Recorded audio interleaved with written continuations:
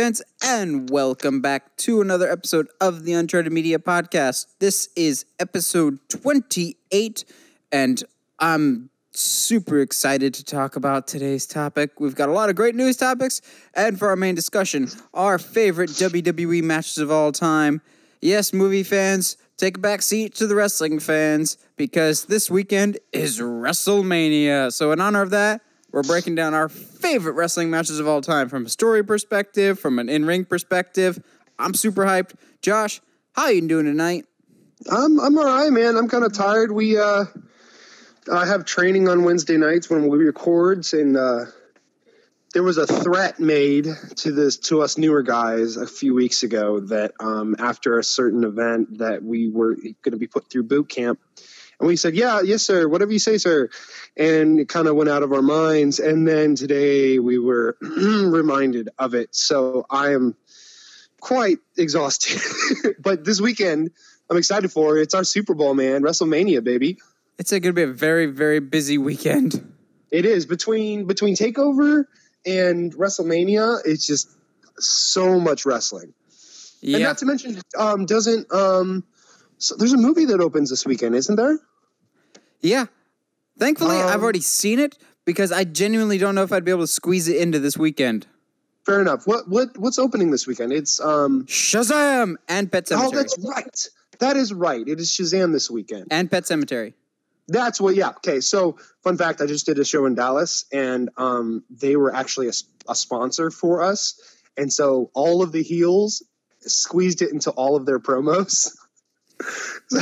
I'm going to beat you, and all of you in Dallas should see Pet Sematary April 5th. Very nice. It was very great. Anyway, let's get on to some news, man. Yeah, so Shazam and Pet Sematary coming out this weekend, but in 3 weeks, the biggest movie, probably of all time, comes to theaters, and I'm probably one of the proud and few that could say this. I have my tickets for Avengers Endgame. Oh yeah, dude! Like the tickets went super fast. Have you seen the memes of the screens for buying tickets, and they're like dissipating into a little dust? Fandango crashed. AMC crashed. I must have gotten it like right before the wave hit because I was early to work that day, so I was sitting in my car for like 10 minutes, and I checked Twitter. I was like, oh no. They dropped the trailer like we knew we would, and we'll get to that in just a second. But tickets went on sale for Endgame. I was like, I got to get it first. Men, listen. Don't do what I did. I didn't consult the wife first, and I just went ahead with the tickets, assuming Heather would be fine with it. She was, but never do that. Always consult. In this situation, though, there was no time. Went in, got the tickets. There was only like maybe a third of the theater filled up at that time, not even. So we got good seats right in the middle, maybe 3 or 4 rows from the back for a 6:30 showing Thursday night. Super hyped and ready to go, man. Man, geez. Yeah, that's the way to do it right there. I'm the guy that waits, a week or two after release and then goes and sees it because I hate people. I want to be there for that opening crowd, man. I feel that. And you know what? Eventually, when I come visit you in where you are in Florida, you and I will have to go to just any movie opening just so we can experience that together. Because you and I, we need to map around a schedule of what would be a good movie for you just to come down to see that, just to see it. Exactly. Absolutely. Maybe Joker. We'll get to that in a little bit, though. So something that seems to be overshadowed with the whole pre-sale tickets with Avengers and breaking records, and it's on pace to get like $300 million opening weekend, is the fact that a trailer came with it. Like, no one's talking about the trailer. Everyone's talking about, did you get your Avengers tickets? Did you see the meme about the Avengers tickets? I love this like minute-long teaser trailer. I think this gives us our best clue yet of what the movie's going to be like. I actually didn't know about the trailer, so this is good. I'm going to have to go look at this. But, I mean, really, I didn't need another one. I was pretty sold on the movie and how little we know about it. So yeah, even in the trailer, we don't get that much stuff, which I'm totally fine with. We get some action shots, but not even that much action. We just get more of the team, and we finally get a shot of Thanos in person. This movie needs to get here soon enough. I'm so hyped. I'm going through the Marvel movies, at least the critical ones that I feel like we're going to need to get a little bit of a refresher on. I'm so hyped for this. I genuinely don't know if there's ever been a bigger movie outside of maybe Star Wars. Like this is an event, not one that comes around very often, but an event movie. Yeah. Oh, absolutely. And honestly, like it feels like 30 times bigger, but it feels a lot like when the first Avengers came. And everyone was super hyped about it. And like, this has never happened before. It's, once in our lifetime kind of thing. And really, it kind of is. Even, because Justice League came after, it didn't feel quite as special because Avengers did it first. But like this one obviously feels so much bigger than that because it is a huge event. It is the culmination of 22 plus films. Yeah. And the first Avengers was big because it's everyone on screen together for the first time. This is big because, like you said, it's 20 plus movies all leading up to this. Half the characters you know and love are dead, and we have this one last desperate shot to fix it. And I'm just so ready for this. Absolutely. The real question will be what happens to the MCU afterwards. Like, I'm sure there's a plan, but does audience anticipation start to drop? Or does it stay at the same level? I think it's gonna depend on those end credit scenes and how they kind of tie the bow on this. Because as much as we'd like to, think that the end credits really aren't that big of a deal, at least that they have felt like they weren't a big of a deal leading up to this. The end credits for Endgame are going to that's going to tell us what direction we're going and what bigger things are coming. Yeah, that and Spider-Man have to have some big ones because they keep saying we're not going to announce anything until after Spider-Man. So both those, I think, have some real big end credits. Absolutely. They just need to get here already. Which I agree. So we got a Spider-Man sneak peek at the Pop Funko for Far From Home for Mysterio, and I need it. So the big question here too is, do you think, now with some pretty obscure villains out of the way, do you think they'll finally go into Green Goblin? I think if we ever do get Green Goblin, it'll be after a Sinister Six. Fair enough. Maybe bring him in on that, like during the Sinister Six, or do the Sinister Six without him. I would always do a Sinister Six without Green Goblin. Fair enough. Okay, I know bigger than Sinister Six, but yes, that's a perfectly valid point. So I was just asking to see where you sit on it. Yeah, Green Goblin to me has never been a Sinister Six member. Hobgoblin has, but Green Goblin is bigger than the Sinister Six. How do you feel about them introducing Hobgoblin before Green Goblin? I'd be okay with that. Yeah, I could see it working. Reverse it. Maybe Hobgoblin invents the tech and Green Goblin steals and perfects it from him. Yeah. I can see that. Or Hobgoblin is definitely just gadgets and stuff, and all of a sudden this guy that looked... Hobgoblin is stolen Stark tech. I know that's more or less what Vulture did, but it works. Yes. But, I mean, it's at this point, like, all the major tech is owned by Stark, so I don't see why not. But then you bring Green Goblin in and actually bring in the Green Goblin serum, and so he's actually a freak and actually pretty terrifying as opposed to Hobgoblin, who's just a guy in a suit. I always thought Hobgoblin was more terrifying than Green Goblin. But speaking of terrifying freaks, Joaquin Phoenix. Dear Lord. Welcome to the new Joker. Oh, man. Look, I know that they have said that this is a Elseworld story. But I have never wanted someone to be the mainstream Joker so bad as when I heard that laugh and saw him just his mannerisms are incredible. Literally turn on a dime from quiet and reserved to I'm genuinely not okay. I'm very uncomfortable by you. Yeah, oh, absolutely. Even just like the opening shot where he just does that smirk. It just... Yep.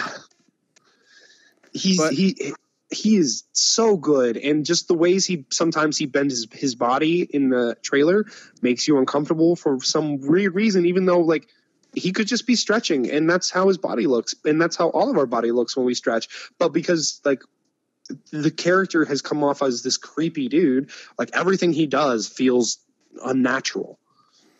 Yeah, he's very unsettling. Literally, my only complaint or my nitpick from the trailer, and this is more of just an aesthetics thing, is I've never really liked the red suit. I don't really like the red tuxedo look. Fair enough. And I get that. I like purple more for a Joker, but I'm sure it'll grow on me.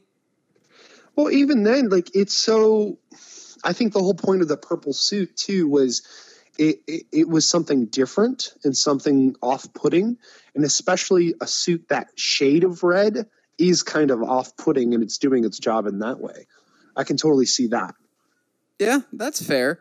I like that this is Joker, but it doesn't feel like someone's particular Joker. It doesn't feel like it's Heath Ledger's Joker. It doesn't feel like it's Jack Nicholson's Joker. This feels like a new Joker, but it's still Joker. Yes, absolutely. And I noticed something on his face paint towards one of the ending shots, is that he paints the eyebrows in a grin stance, basically. So his face will always be grinning no matter what he does. This movie looks real twisted. Somebody had a great comparison of it looks like Taxi Driver with Robert De Niro, and he's like Travis Bickle, which I'm like, yes, that's exactly who he comes across as. And if Absolutely. that's the case, nope, no thank you. That's terrifying. Yeah. And you know what? They might have, I read the comments on one of the trailer videos I saw, and some people don't know that it's an Elseworld story. So yeah, I will say that's probably another good point of this trailer didn't really do a good job of establishing it as an Elseworld story. Yeah. It is very confusing to those that don't know it. Absolutely. And you know what? To be fair, that leaves DC some opportunity to be like, to either say this is an Elseworld, or to tell us and flip the dime on us people that have followed it that this is the Joker now. Like, this is who we have as our Joker now, which I would love. I don't think it's going to happen, but it'd be super cool, especially just based on this trailer alone. Yeah. The only even semblance of previous Joker I get is his hair absolutely reminds me of Heath Ledger's hair, but that's about it. No, yeah. But it also makes sense for him because it's not, his character has long hair throughout the trailer, even before him, like, I guess, turning or whatever. I don't know what's going to happen, but he's got long hair. So it's not like it's out of nowhere. It's not, you know what I mean? Yeah. I just think it's interesting that everyone, myself included, was pretty much like kind of hesitant about this movie and just going, I don't know if a Joker movie is the best idea. And then as soon as this trailer comes out, I've seen almost unanimous praise for this of, okay, I wasn't interested, now I am. And this absolutely definitely looks very different than what I was expecting. I don't know what I was expecting, but it wasn't this. But I like what I'm seeing. Yeah, and it would be very easy to be campy and cheesy with Joker. And it looks like if they ever even go in that direction, it's going to take a twisted turn. Oh, yeah. Which, speaking of Jokers, we transition from one Joker to personally my favorite Joker of all time, Mark Hamill. Mark Hamill is a very prolific voice actor since doing Star Wars throughout the years. And like I said, he's been Joker. However, now he'll be voicing Chucky in the new Child's Play. And this, to me, is a match made in heaven. I'm not a Chucky fan. This might get me into the theater, though. Yeah, I remember you and I were chatting about it a little bit. And, like, it's one of those, it doesn't necessarily make me want to see the movie any more than I don't want to see it. But if Mark Hamill's involved, I'll definitely at least buy a ticket 2 weeks after it's released or something. You know what I mean? Like, I'll at least try to go see it now. Yeah, I really like his voice work. Not just Joker, but he's done other stuff. I really like him as a voice actor, not just Luke Skywalker, but as a voice actor too. So when I saw that, I was like, I'm not a huge Child's Play fan, but if Mark Hamill's voicing him, he does bad guy real well. I'd be so down for this.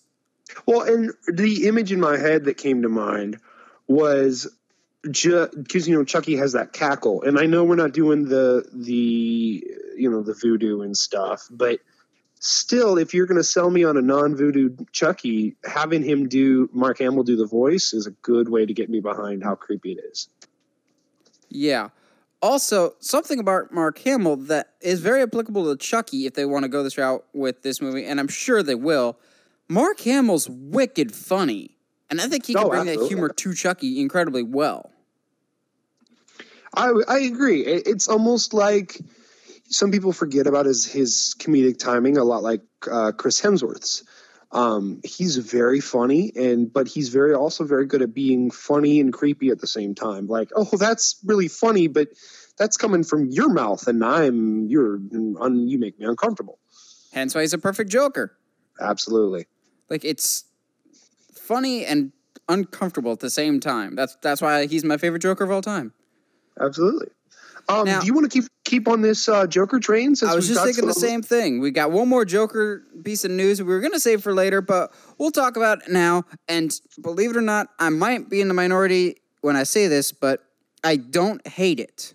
So we also got this week a sneak peek or like a tease at the final, this is my final form, version of Joker on Gotham. And I'll be honest, it's not the worst thing in the world. Everyone's kind of blowing this out of proportion. I don't hate this. Yeah, I mean, I haven't watched Gotham in a few seasons. Same. I've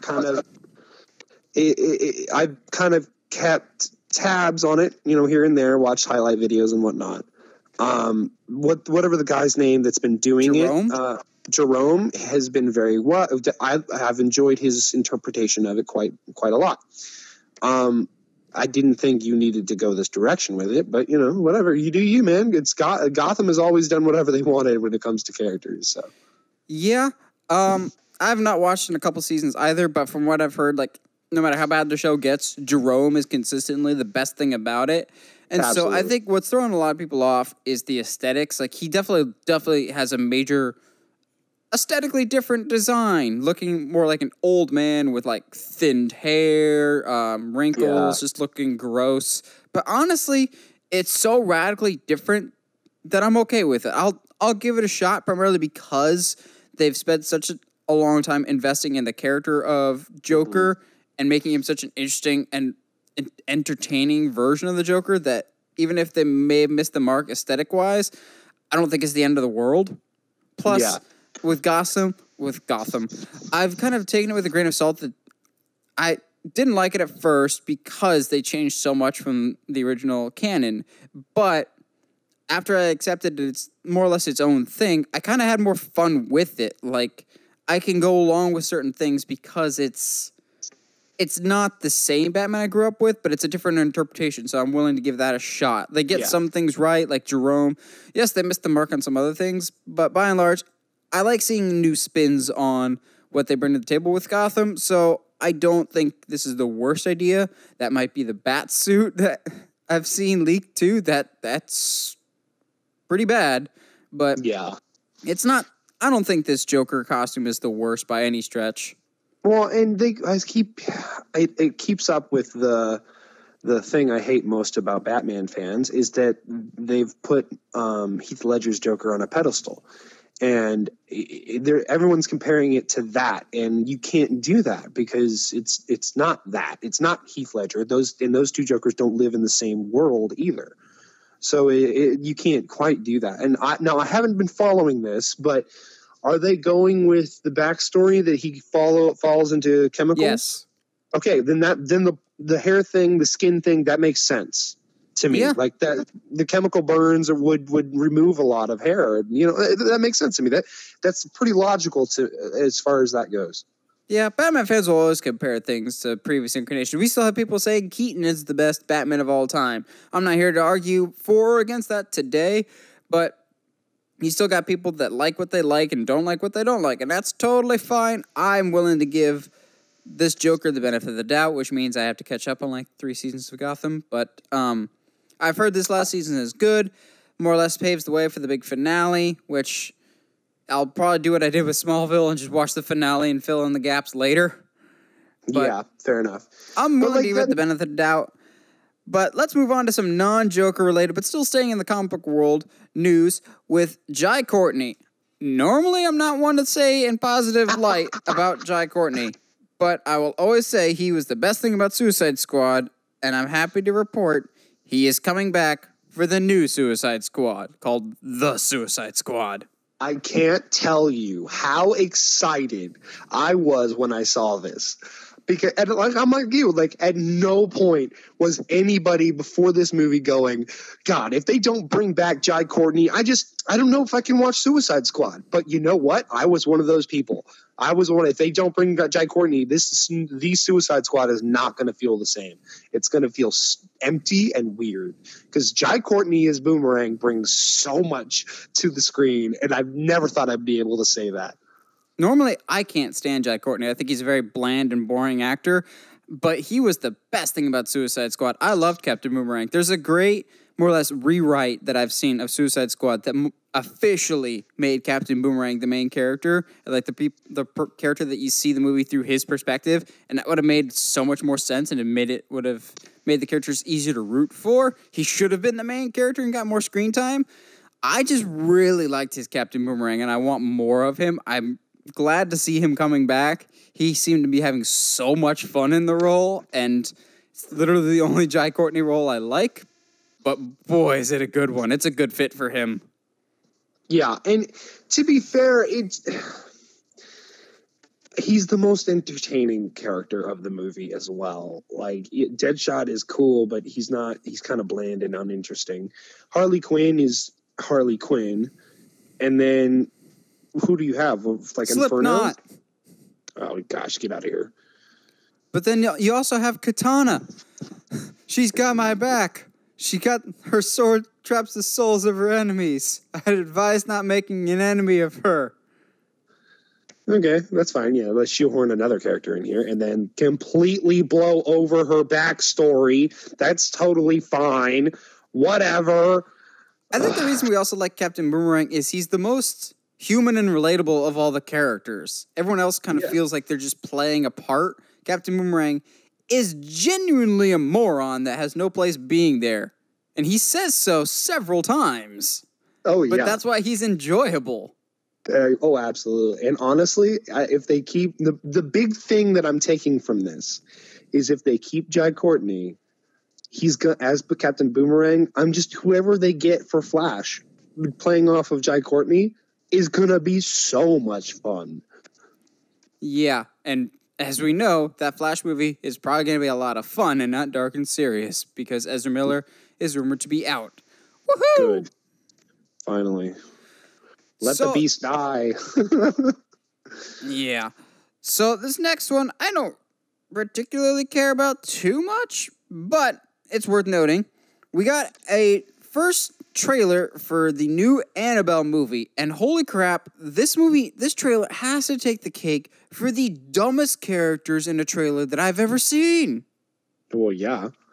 So it's basically like these teenage girls are hanging out with one of the daughters of the Warrens, and she's just like, yeah, that's the demon room, whatever, and that's where we keep all of our artifacts. Don't go in there, don't touch anything. They go in there, they start touching literally everything, and all of a sudden Annabelle disappears, and they're like, what did you touch? Everything. I'm like, okay, if you guys die, that is completely on you guys. Yeah. Here's the thing. When they first revealed in this Conjuring series that they have this room that they keep everything, I instantly said, that's a bad idea. Yeah, the demon room. I said, that's a bad idea. The sequel bait room. Yes. And then they got the kid involved, and I was like, this is even more of a bad idea. Yep. There's nothing good that can come of this. And guess what? They finally must have heard me and said, hey, you know what? A bunch of teenagers in this and being around this room would not be a good idea. Yeah, it's not a good idea. It's stupid. Teenagers are dumb sometimes, but stop. Let this move. The last Annabelle movie was great. Let it be that. Stop milking the cow? Do you think it's going to be more like Annabelle or Annabelle Creation? Annabelle. It's going to be like Annabelle, and it's going to be terrible. Yeah, I don't have high hopes for this one. The first this first trailer does not look very promising. But then again, Annabelle Creation looked like a dumpster fire, and it ended up being really, really great. And you know why? Why? Because it was directed by David F. Sandberg, who's doing Shazam and did Lights Out. Yeah. Well. Anyway, which he's a good director. After seeing Shazam and Lights fantastic. Out, seeing them both, the student knows what he's doing. Oh, absolutely. But is he directing this one? I don't believe so, no. Yeah. It's also not Home Skillet that is Mike Flanagan, because, oh, goodness, if Mike Flanagan did one. This just needs to stop. They need to stop milking the Conjuring universe. Let it be, okay? No, they're not going to do that. They found a pocket that they didn't. Now that Paranormal Activity is all but dead, they're like, Conjuring, we're going to milk that for all it's worth. Here's looking at you, Nun. Nun 2. None taken. Here's the thing. If Nun 2 can be better, I'm fine. Because if Conjuring has done anything, it's showed that it's pretty decent at getting good sequels up till after 2. Well, the thing is, though, with these Conjuring movies, it was started by James Wan. James Wan did The Conjuring. He's going to be a little preoccupied being underwater with Aquaman for the foreseeable future. So I don't see him being as heavily involved with this universe. And so when your big creative force leaves, I see the quality dipping. Plus, we're getting into sequel territory, which the more sequels go on, absolutely the quality will dip.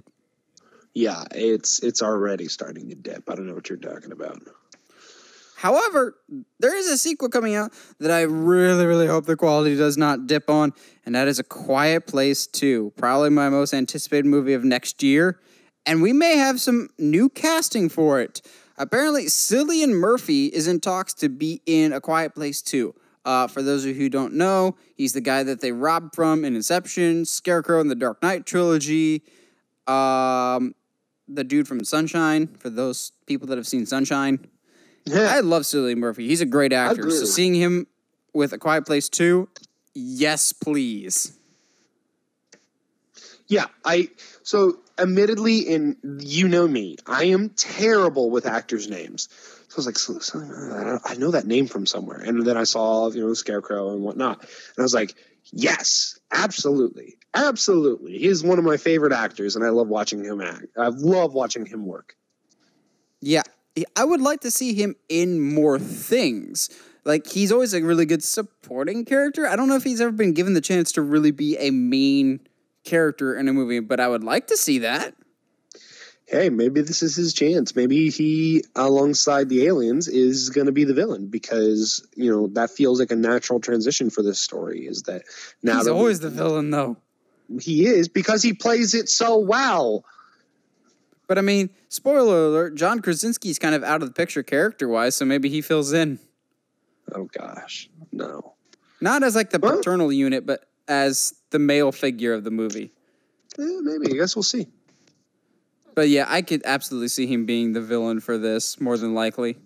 Yeah, it's just now that they know how to defeat, spoiler, sorry.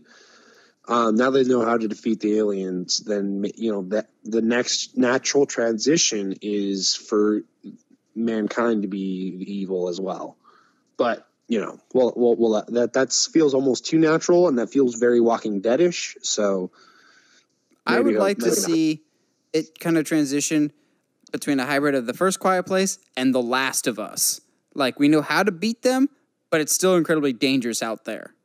Fair enough. Yeah, a mixture of the creatures and human interaction will absolutely get you killed. I more or less just want a Last of Us movie, but I'll settle for A Quiet Place 2, a.k.a. The Last Quiet Place. Yeah. Oh.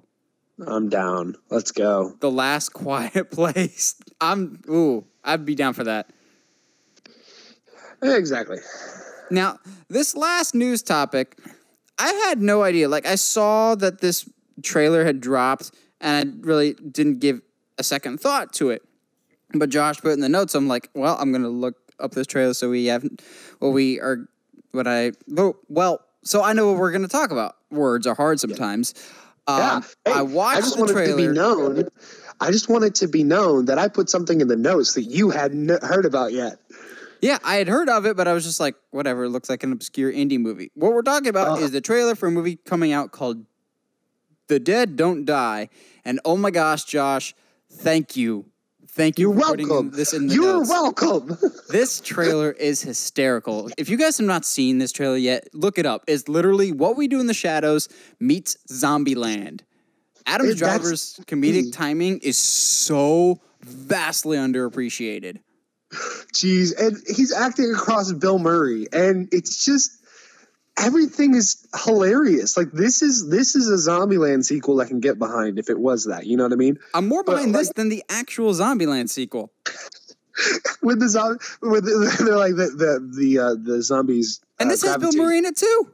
Yes, it's like the zombies gravitate back towards whatever they were doing when they were alive, and the lady comes around the corner, Chardonnay. And Adam Driver's like, did she just say Chardonnay? Yes, she did. Oh, gosh. So essentially what this movie is Bill Murray and Adam Driver, Kylo Ren, are two cops in a small town that's being attacked by zombies. So the opening scene of the trailer is people at a diner getting attacked by zombies, and Bill Murray's trying to figure out what's attacked them.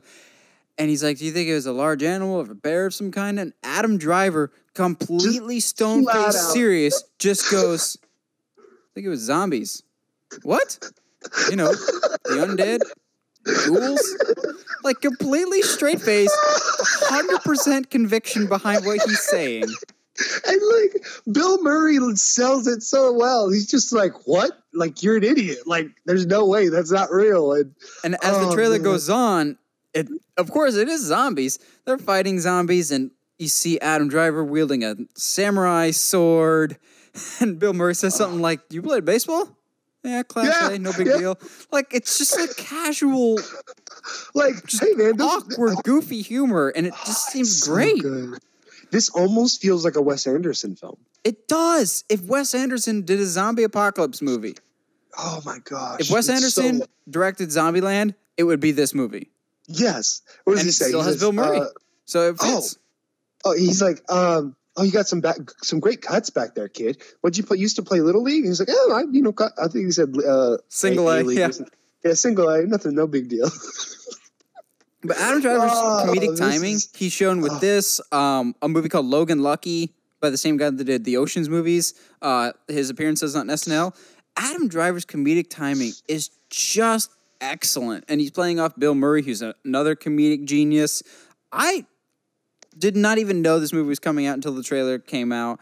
And now this gets pretty high on my anticipated list. This movie looks hysterical.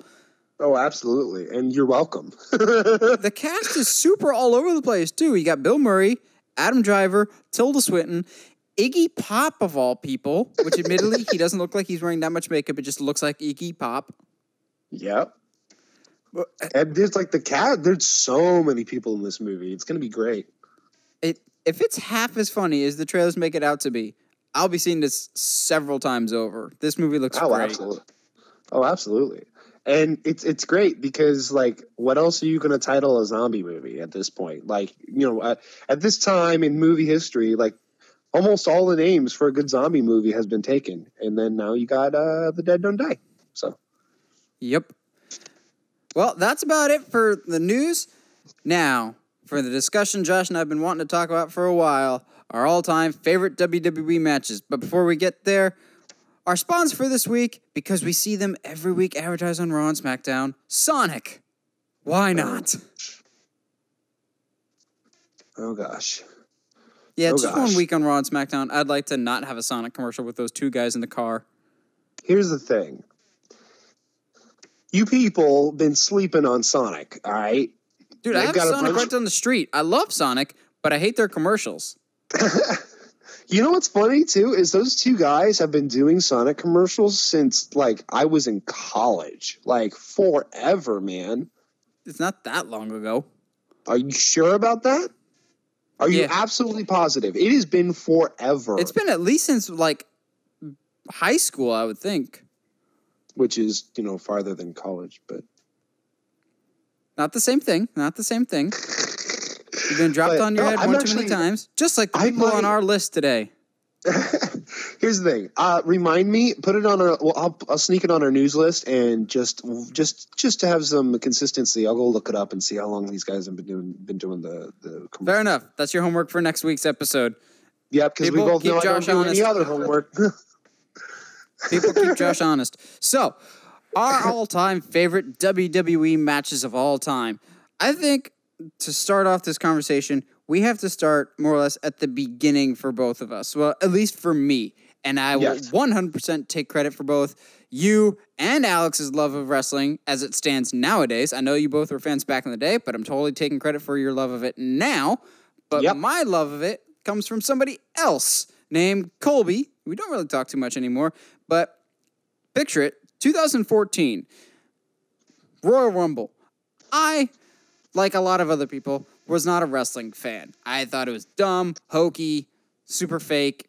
But a lot of people on our floor in college were going to this Royal Rumble party hosted by a guy named Colby, who's a huge wrestling fan.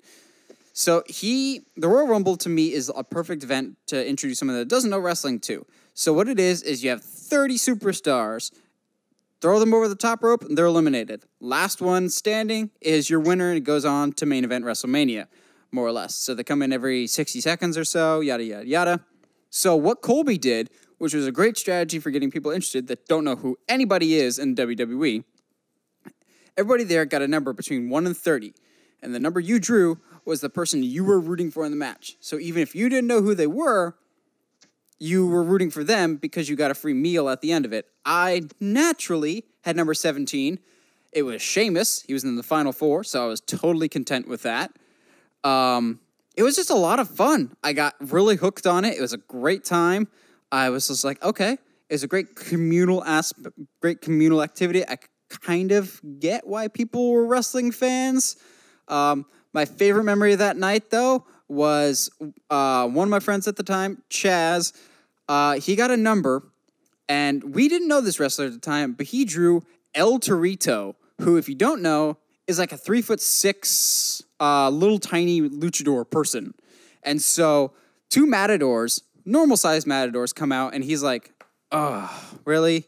I get a matador? And Colby's laughing his head off going, nope, that's not your guy. They hold up a little flag like Running of the Bulls, lifts up the flag. It's 3'6" El Torito was like, that's your guy. All of us die laughing going, oh.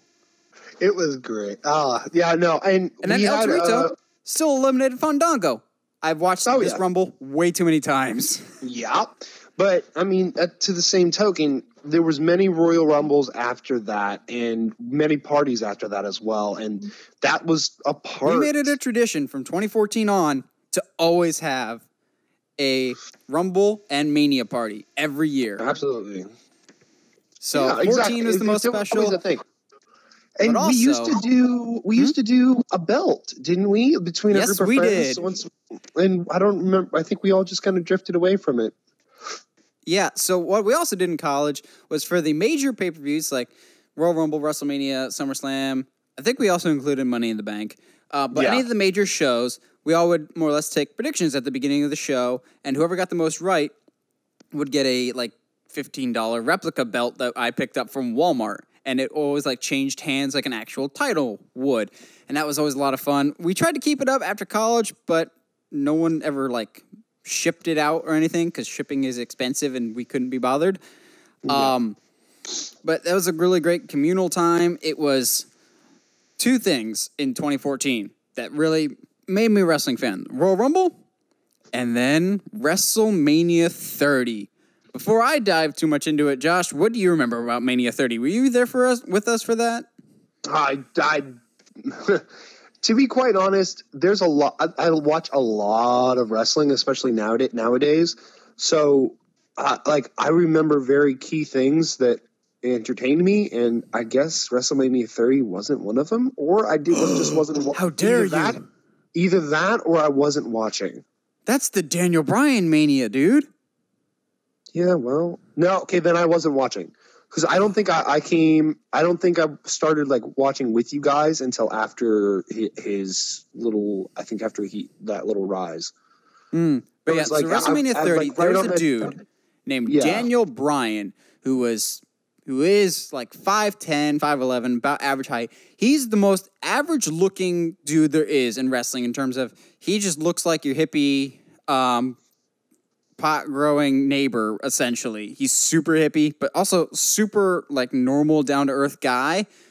And I remember very distinctly, one thing and one thing alone got me into wrestling, and it was the video that they played before his opening match at WrestleMania, that essentially if he won that, he was in the main event later that night. And the video package was one of the best video packages for anything I've ever seen of, I don't know who this guy, I don't know anything about wrestling, but in the span of 3.5 minutes, I understood who this dude is, what he's been up against, and why I should care. And as bad as WWE has been over the years, one thing remains true. The video team is absolutely the MVPs of WWE, and whatever they're paid, it is not enough. Oh, yeah, that has always been the story. Because, holy crap, they make diamonds out of turds. Well, I mean, there's been some times where there's matches I'm not excited for. And then we get to the event and they show the video package and, bro, I'm ready, set and ready to rock. Let's go. Yeah. So essentially Daniel Bryan was held down by the powers that be, both in storyline, because everything is scripted, obviously, in wrestling, both in storyline, but also in real life. This dude was told by management, we want to go with other people that are more easy to market, look better on posters, everything else. But he fought against the odds, became one of the biggest and most popular people of all time. And it was something I got swept up in. Haven't looked back since. Some days watching Raw, I wish I'd left it behind. But just because your team's not performing well right now doesn't mean you give up on them. But I have some other matches that we'll talk about later. I could ramble on all day about Mania 30, the rise of Daniel Bryan. But before I ramble even more, Josh, what are some of your all-time favorite matches? I know you got a lot of NXT ones there. Yeah, well, and it was funny, too, because I started adding things, and you were like, hey, you might want to ease it up there, buddy. So one of my Josh legitimately had like 10 to 12 matches listed. Easily. Oh, dude, because like once I started thinking about it, like, oh man. So let's keep this going. This theme of as early as we can get it, right? So my first real memories of wrestling was WrestleMania 17, that tag title match, the one where Edge spears Jeff off of the belt, off the 20-foot ladder. Yes, I was flipping through channels or something. And that was on, and I don't know how, because it is a pay-per-view, so there's no reason that why it would just randomly be on, but that's what I saw that match, and I was like, because as a kid, I was not allowed to watch Teenage Mutant Ninja Turtles. I was not allowed to watch Power Rangers. I did anyway, but because I was a pretty like violent kid, and so, but still are. Yeah, I mean, obviously, have you seen what I do for a living? But regardless, I just happened upon that match, and I was like, what is this? This is not something I've ever seen before. And follow that, so like that match like got me hooked, and it will forever be like when people ask me, what was the moment you fell in love with wrestling? I was like, it was that match. It was I was hooked from the very first moment. And the only moment after that that's not on my list is Batista had a match or whatever on SmackDown, and it went fine. He was awesome, and it was the moment I fell in love with Batista. And then Finley came out and just destroyed him with his shillelagh, and like left him bloody in the middle of the ring. And I was just like, I don't know what. So it was, yeah, man. I was hooked early. I make the case that there's no more fun word to say in professional wrestling than shillelagh. Exactly. Like, what else are you gonna say, man? But being that said, because I wasn't allowed to watch it, I could only like get it in snippets, and so after a while, I just didn't watch. I didn't try really because I didn't know that it was a Monday Tuesday thing. Because I didn't catch it enough. So like, I didn't get hooked until I got to college and met you and met Colby and Alex and got in on the Royal Rumble thing, and then was like, this is what I've been missing. Oh man. So like one of the first memories I have of during that time was the series of matches for the Intercontinental title between Miz and Dolph. And I think it was like in about 2000, I want to say 17, man. Or was we it were graduated from college by then. Yeah, it was. It had to be about 16. It was fairly like within the last 4 or 5 years, because I remember the video packages being incredible. And yeah, that was right around when the brand split started, if I remember correctly. It might have been right before then, because I remember Dolph putting his career on the line on the third match, and so it made the. I remember it because it was the moment that the Intercontinental title felt so much bigger than the actual heavyweight belt. Because it must have been when Brock held it. Yeah, exactly. But it was because you had these two guys that were, first of all, putting on incredible matches, and you have, this one dude who's always been my guy, named Dolph Ziggler, who's legitimately putting everything on the line, even though he keeps coming up short. It was a great series, man. And if you ever have time to go watch it, it's fantastic. And it really solidified Miz as one of the top heels of all time. And now he's a babyface. Look how that turns out. Yeah. Well, you got to do. And honestly, that's not going too bad. It's not going too bad. It's not going as well as Daniel Bryan's heel turn, but it's not bad. I think one wrestling memory that I absolutely know I have with you is when we were all huddled into our tiny little 9-foot by 9-foot dorm for the 2016 Royal Rumble. It was you, me, Alex, Neslo, Michael, and Ed. And only about half of them knew who the number 3 contestant was. So the first two, because I've also watched this Royal Rumble to death, because I love this Rumble, was the WWE champion, Roman Reigns, and number 2 was Rusev. Rusev gets tossed out real easily. Roman hears this really random music that he's never heard before for entrant number 3. And Oh, yes! How could I forget this? It was, it's somebody new when not even the crowd recognizes the music. It's like this weird hip-hop music. And all of a sudden the crowd starts cheering, but freaking the camera crew doesn't cut to who's coming out, and the crowd's freaking out.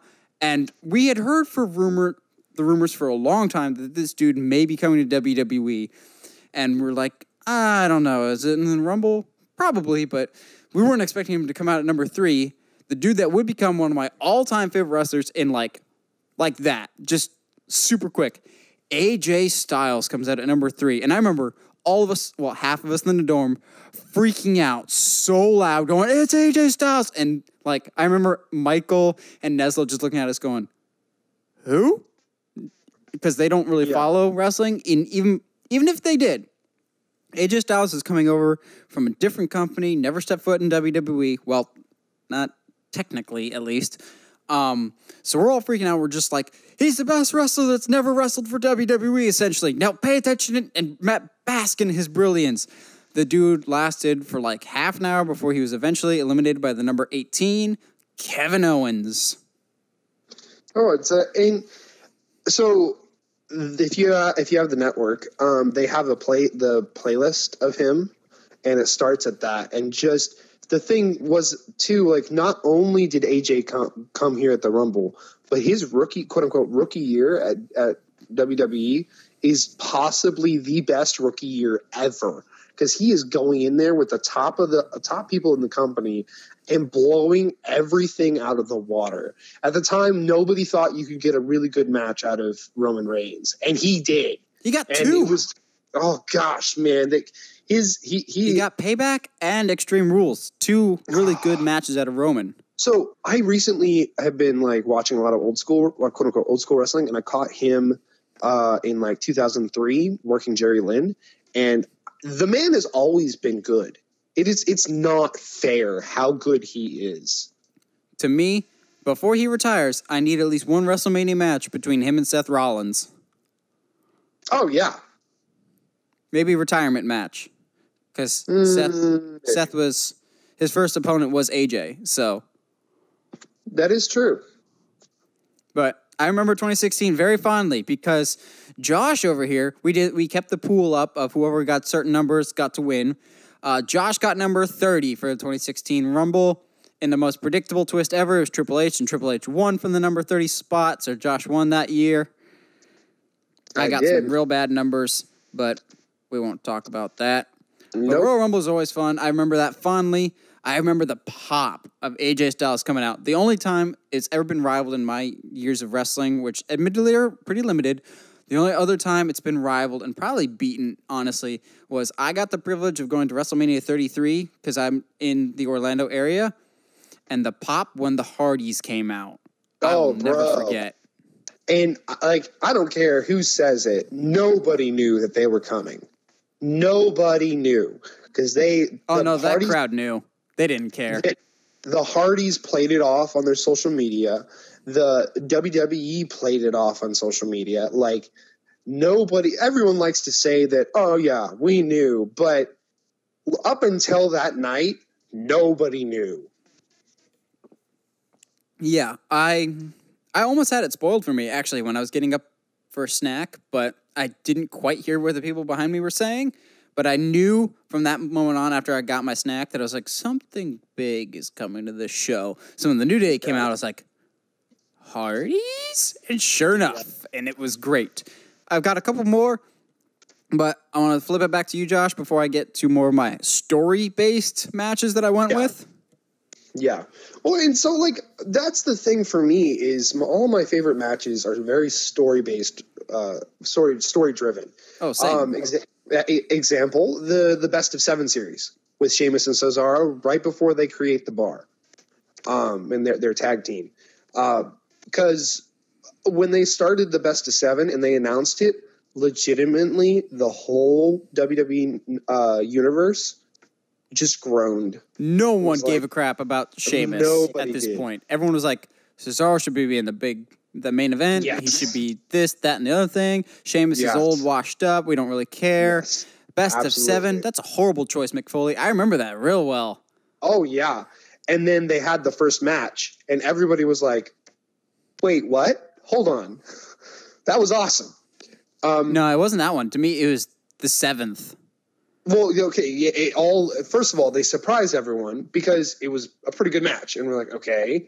Because the first 3 went to Sheamus, and then the next 3 went to Cesaro to do the babyface comeback, and then the 7th stupidly ended in a draw and a double KO.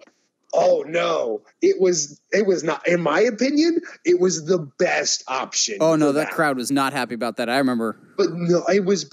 They were not happy in the best sort of way. So like, this is coming from somebody who's like in the business right now, I guess.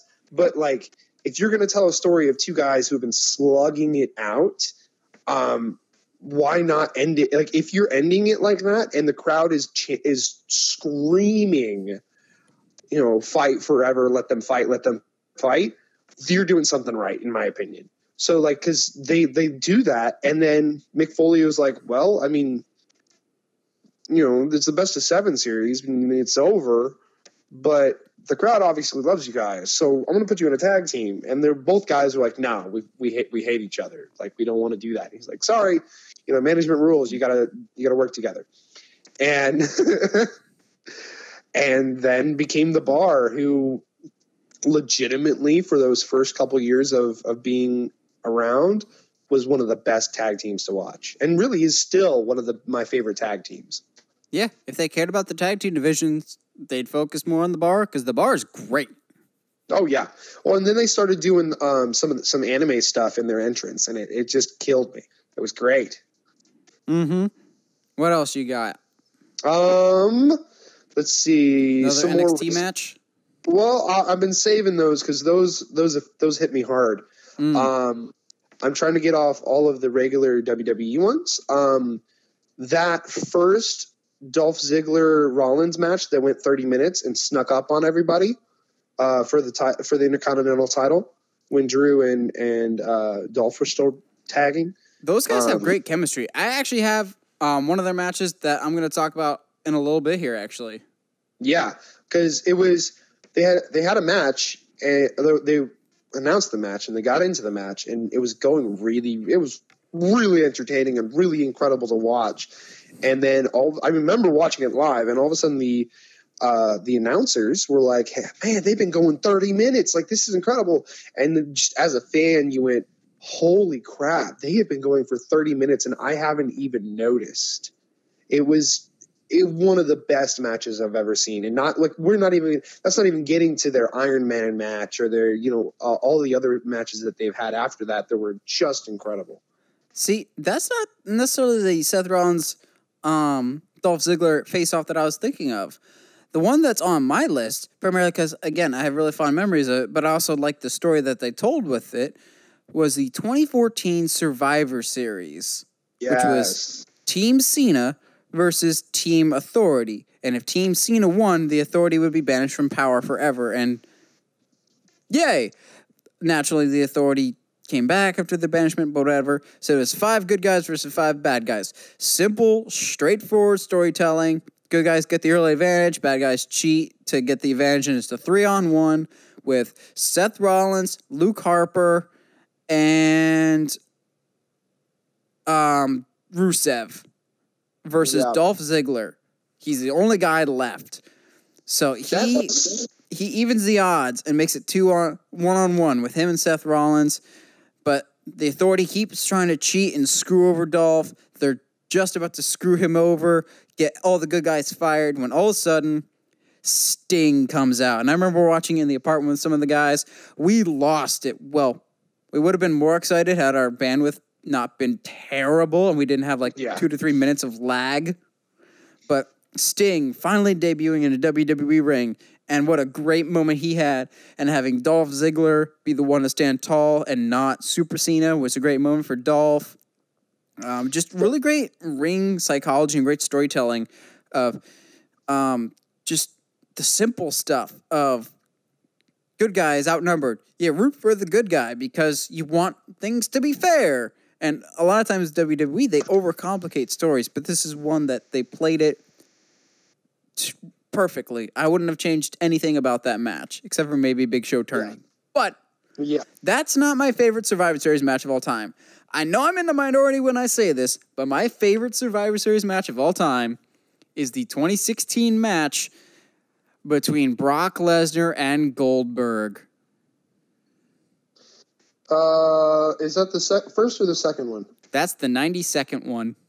Ooh. So I like this one the best of any Survivor Series match because, and as you've noticed with this list, I became a wrestling fan in 2014, so a lot of these are more recent, but this is one that I have really fond memories of because when I started watching wrestling, I found out my dad hadn't watched it in a long time, but he grew up watching Dusty Rhodes. Dusty Rhodes is his all-time favorite wrestler. Roddy Piper.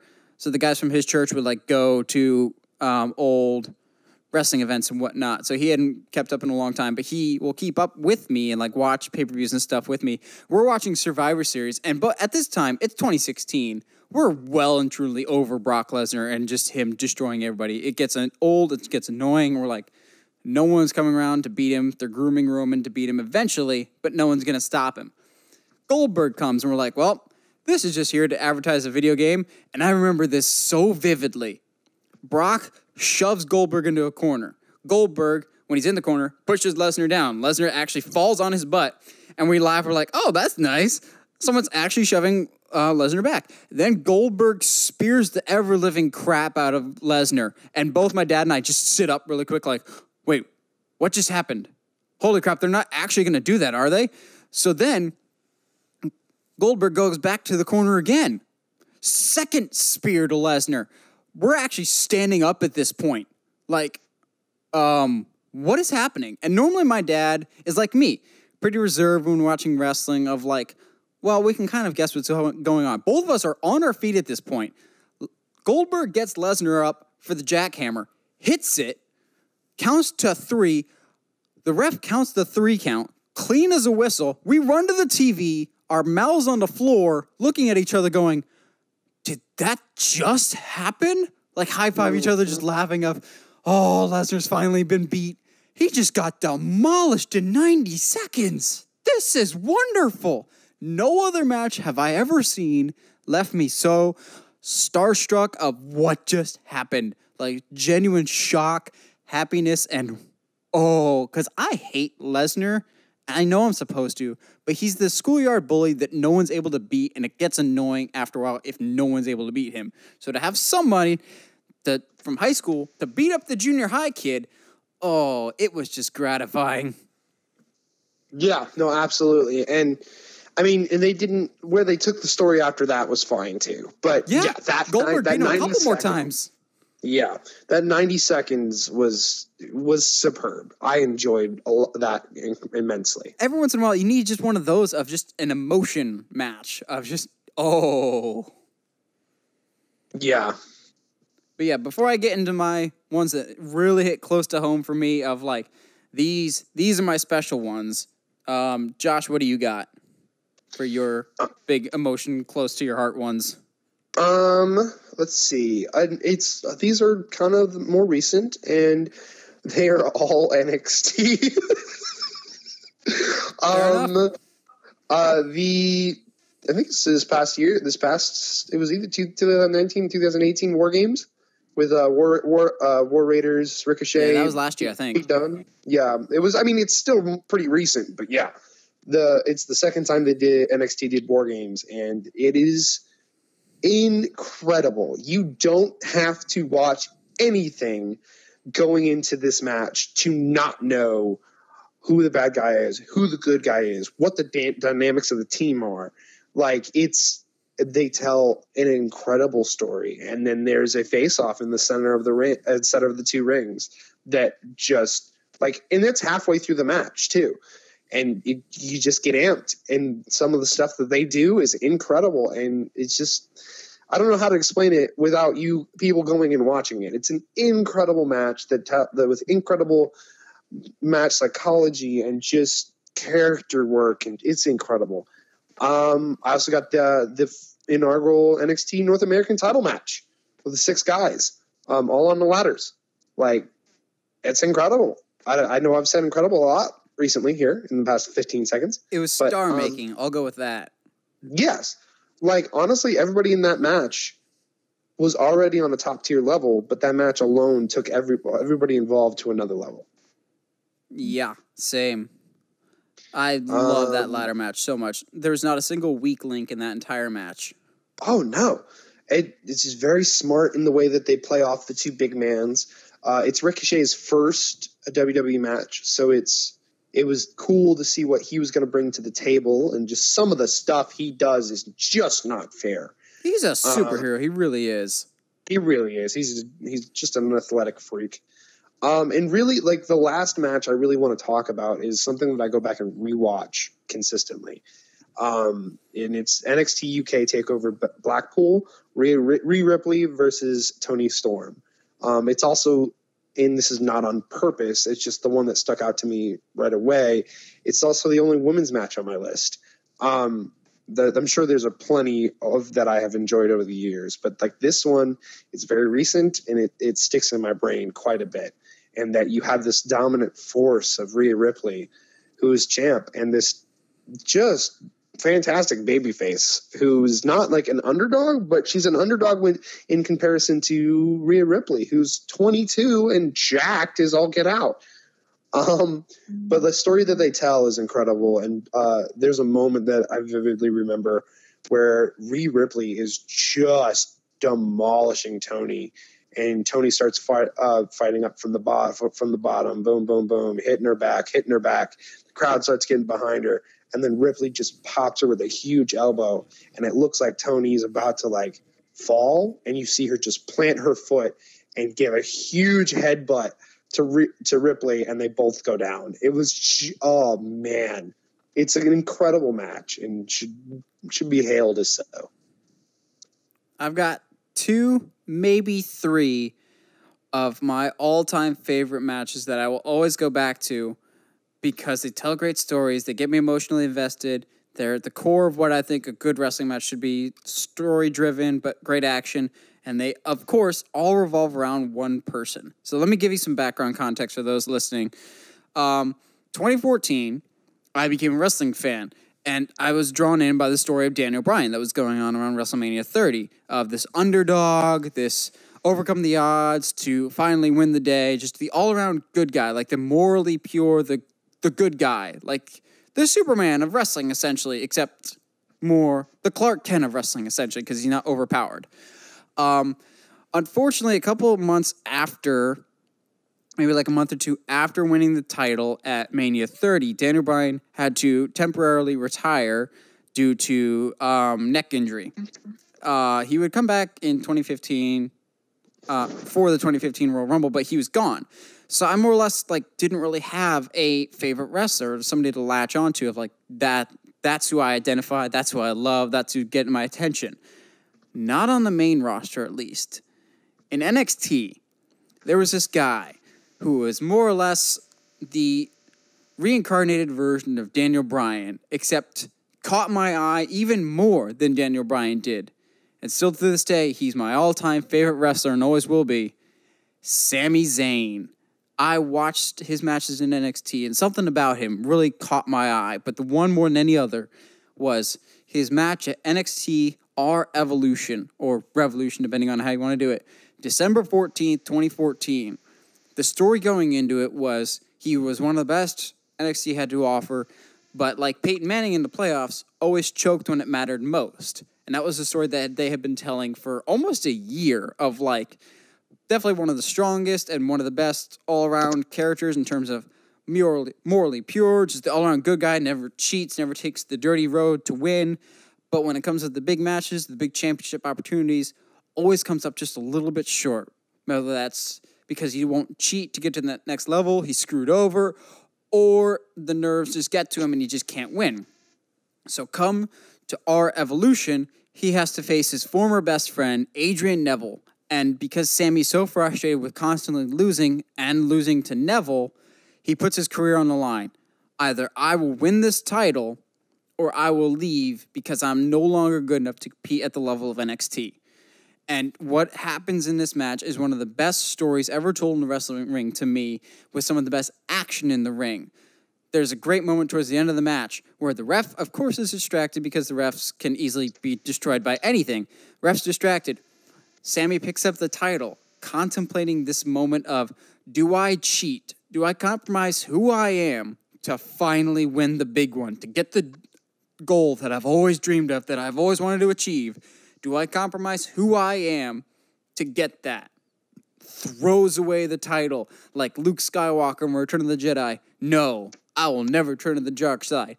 Adrian Neville rolls him up for the pin. 1, 2, Sami Zayn kicks out at the last second. He will not lose, not this time, but he will still keep the moral high ground. He will still be the all-around good babyface that we know and love him.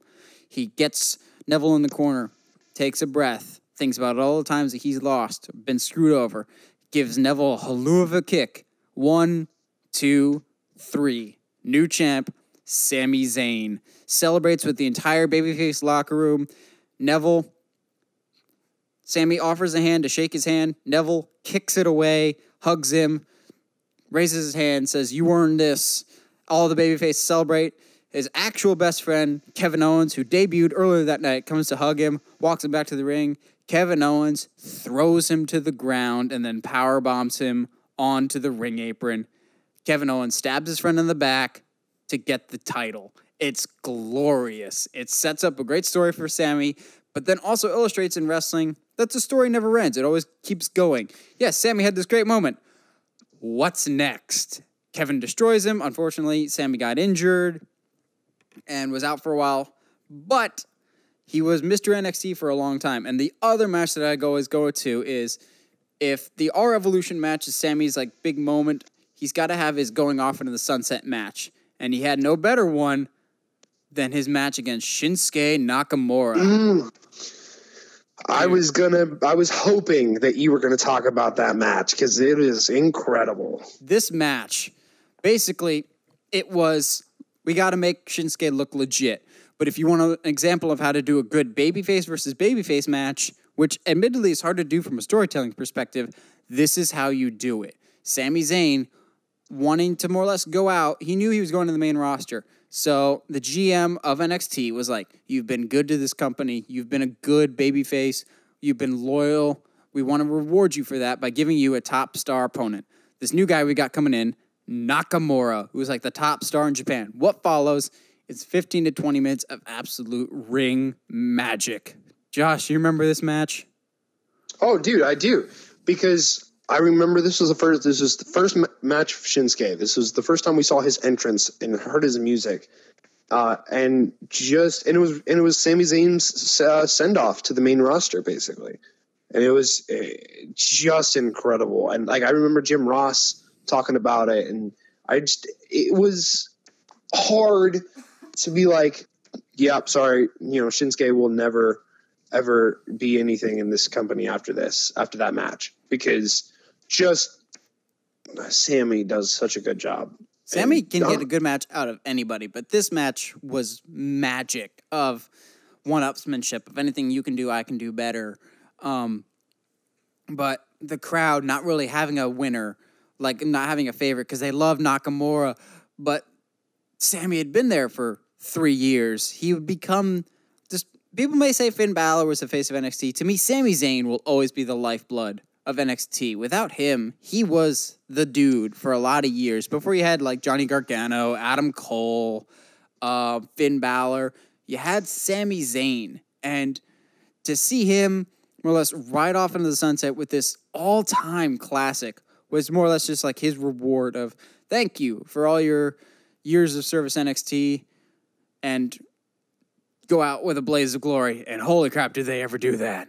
Yeah, completely.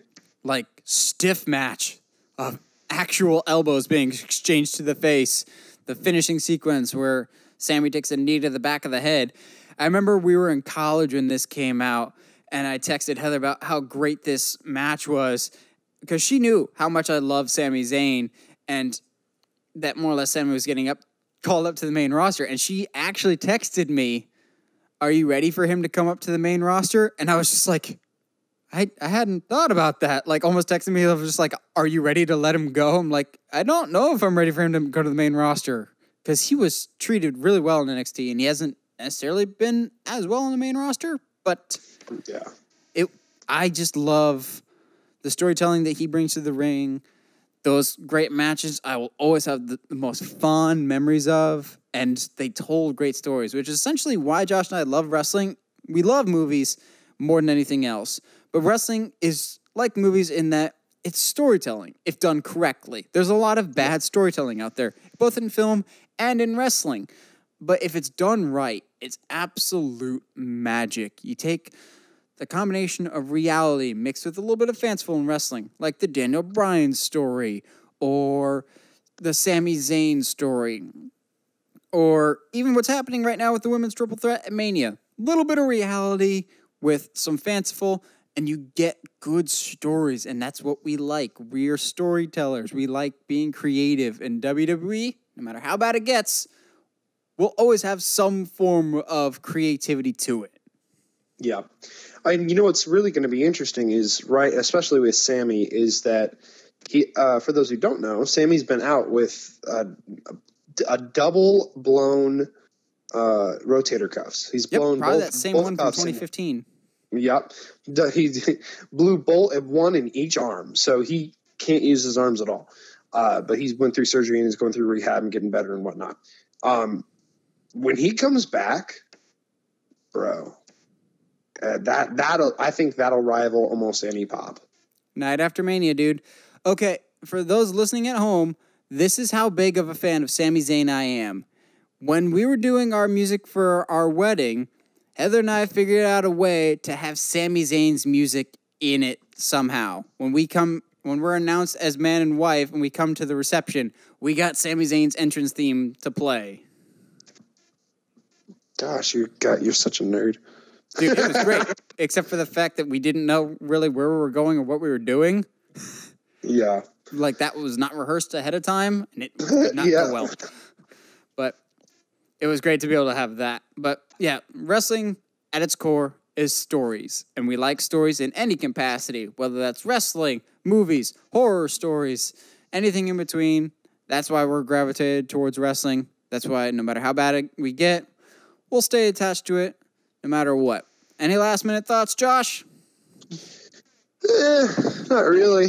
I'm just kind of chilling, man. We got a big weekend in wrestling coming up. I'm actually off Saturday, so I might actually get to watch TakeOver live for once. So that'll be awesome. Friday. What? Yep. Is Mania not on Sunday? TakeOver's on Friday. Hall of Fame's on Saturday. Sunday is Mania. Oh, that's right. I always forget about Hall of Fame. They switched it this year. Yeah, I always forget about Hall of Fame. Man. Well, now you guys at home know, and that's more or less it for wrestling this week. Join us for the next 3 weeks as we take the road to Endgame. So the next 3 weeks, we'll be looking at a different phase in the Marvel Universe, starting with Phase 1 next week, then Phase 2, Phase 3, leading up to Avengers Endgame. So next week, we'll be talking, for our main discussion, the movies between Iron Man and Avengers. So we want to get you guys ready. We also ourselves want to get ready for Endgame. So yeah, look forward to that for the next 3 weeks. Josh, any last minute thoughts before I send us home? Not really, man. Keep watching film. Go watch some movies this weekend, man. Shazam, from what I hear from my buddy, is incredible and should be, it's the continuing the step in the right direction for DC. So, and you know what? Is. I know you and I nerd out a lot on this show, but honestly, go check out wrestling this weekend. Wrestlemania is one of the other ones besides the Royal Rumble that is a great way to get people to watch wrestling because it's always a big spectacle. There's a little bit of something for everybody. You want the mainstream appeal? You got Triple H versus Batista, which I have thought about this on my drive home today. If Triple H doesn't come out in some Thanos-inspired gear, it's going to be a wasted opportunity. I agree. But everything in between, no matter what you're into, you can find at least something you like at a WrestleMania. So that's our recommendation. Check it out this weekend. And as always, stay sharp, movie guys and gals.